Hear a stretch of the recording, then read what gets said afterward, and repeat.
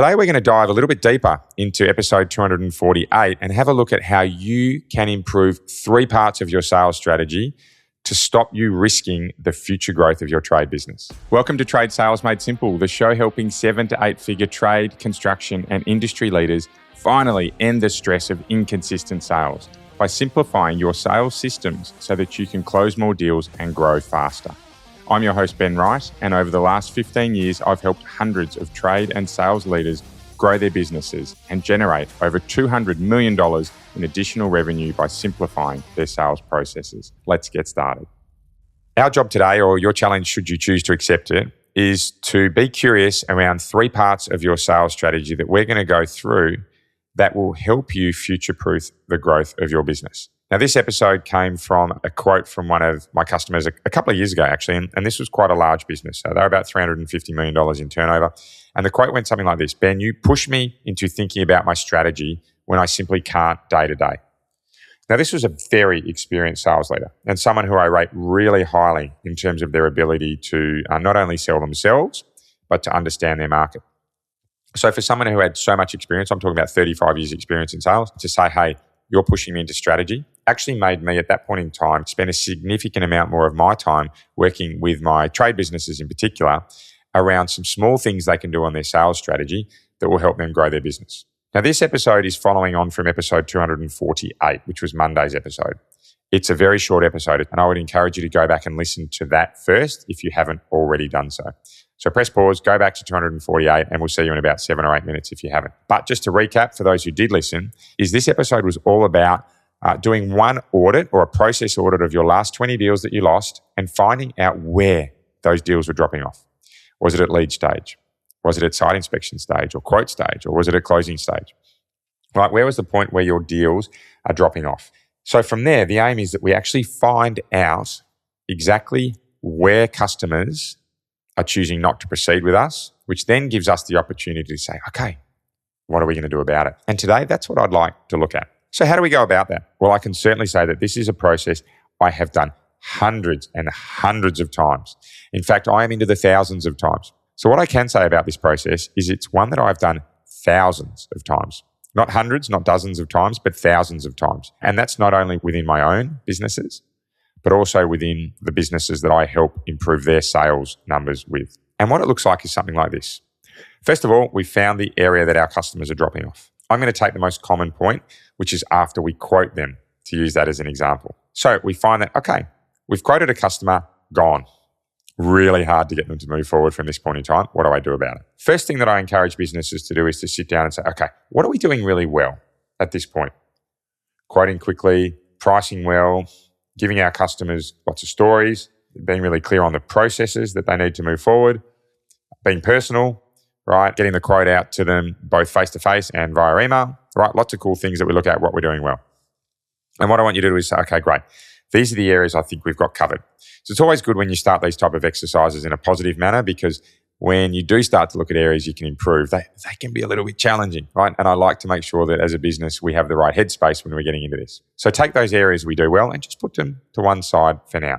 The second thing to do is to then look and say, okay, well, where do we need to improve? Now, that can be a challenge in itself for businesses because sometimes they don't know what they don't know, right? And they're not actually sure where their business isn't working well. Now, that's the point where you'll generally go and talk to your team, talk to your customers, or even more impactfully, get some help, right? We're here, we can help you as you need to with it, but certainly that's not the point of this podcast, right? Because it is an exercise you can certainly do the first parts of on your own. So we've had a look at what you're doing well. The second thing is to look at where you need to improve. So if we use this quote example as our case study for today, did you agree with the customer what you were going to do next post the quote? Did we have a job for the customer once we left, right, that they were going to do and they were going to move forward with? Did we ask them what they'd like to do next? Was our quote sharp, right? Was it really easy to read? Did we confirm with the customer that we've ticked off everything they needed? Right now, these are small things versus some larger things that says, are we too slow to quote? Is our quote itself not engaging? Our sales team not actually asking the right questions of customers, so we're doing the wrong quotes? Are we pricing inaccurately? Right? You know, we hate to talk about price being the reason that people win or lose deals, but it's really important to review and make sure that we are in the right ballpark with our customers. I generally say 0 to 5%. If you're creating value, you should never lose deals. 5 to 10%, So to give an example of this, of an area where we might need to improve, is if it's pricing. I generally say that if we are in 0 to 5% of our competition, we should be able to win every deal based on value. If we're between 5 and 10%, right, then we need to be making sure we're clearly creating that value. And then if we're above 20%, then we need to be really clear with our customers around why they should be choosing us over other people. Thankfully, most of the businesses I work with generally are in the premium space, so they're pretty well versed at doing this. But what I often find is that it's not their pricing that needs to improve, but how they communicate the value that it creates. So there's a slightly deeper example around an area where you might identify that you need to improve. So we're building on episode 248. We're into 249 today, and it's all about what you can do to improve where you find that gap in your sales offering. So first of all, have a look at what you do well. Secondly, have a think about where you need to improve.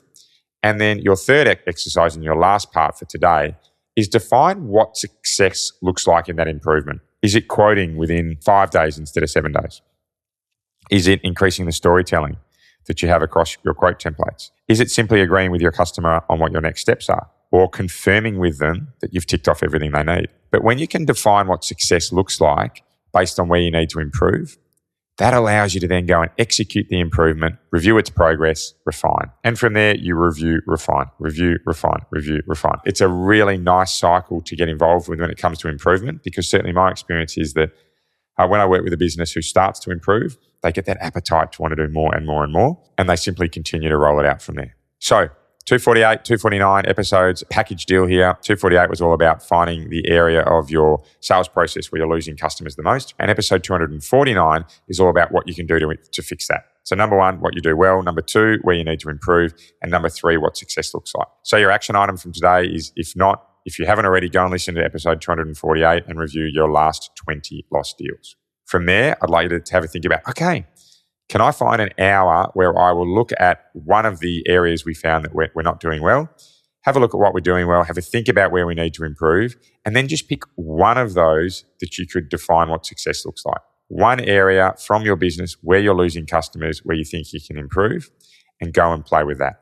I'm always happy to hear about what that is. So let me know, please. It's easy to contact us. Let me know if you'd like some thoughts around that. But at the same time, if you are quoting over and over again and you're not winning enough deals, it's getting increasingly frustrating, well, then I think my advice is that if you don't change something, you're probably going to get those results again and again and again. So please go and take our free quote quiz audit. It's in the show notes. It's super quick, and I personally review every single response. Otherwise, that's it for today. Please keep thinking about how you can be 1% better each and every day, because it does make all the difference. Bye for now.